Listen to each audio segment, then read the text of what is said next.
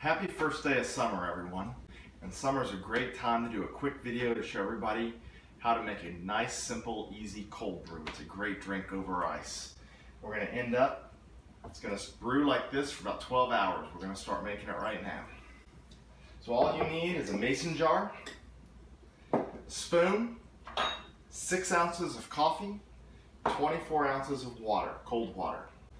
It's as simple as taking your jar, dumping your coffee right into the jar here. Make sure we're carefully getting it in. Take your cold water, 24 ounces. It's a 4-to-1 ratio on weight for water to coffee. Slowly pour it in. We've got a lot, we're going to be tight in this jar.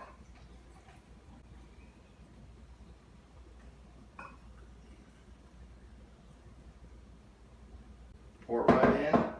Simply take your spoon, give it a good stir.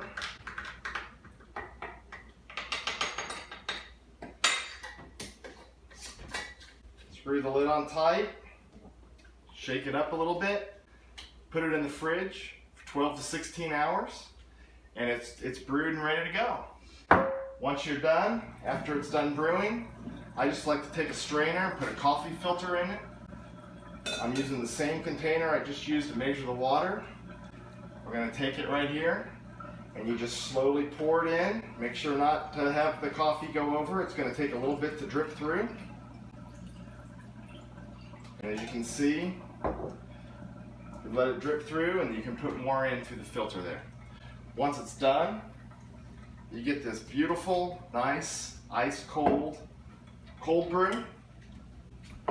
I like to take just a little bit, pour it over ice. That ice will dilute it just nice. If it's too strong, just add a little bit of cold water to it, and you can take it to taste. You can change it to taste and change the strengthening of it from that. But the ice will melt in it and dilute it a bit. Happy summer, everyone.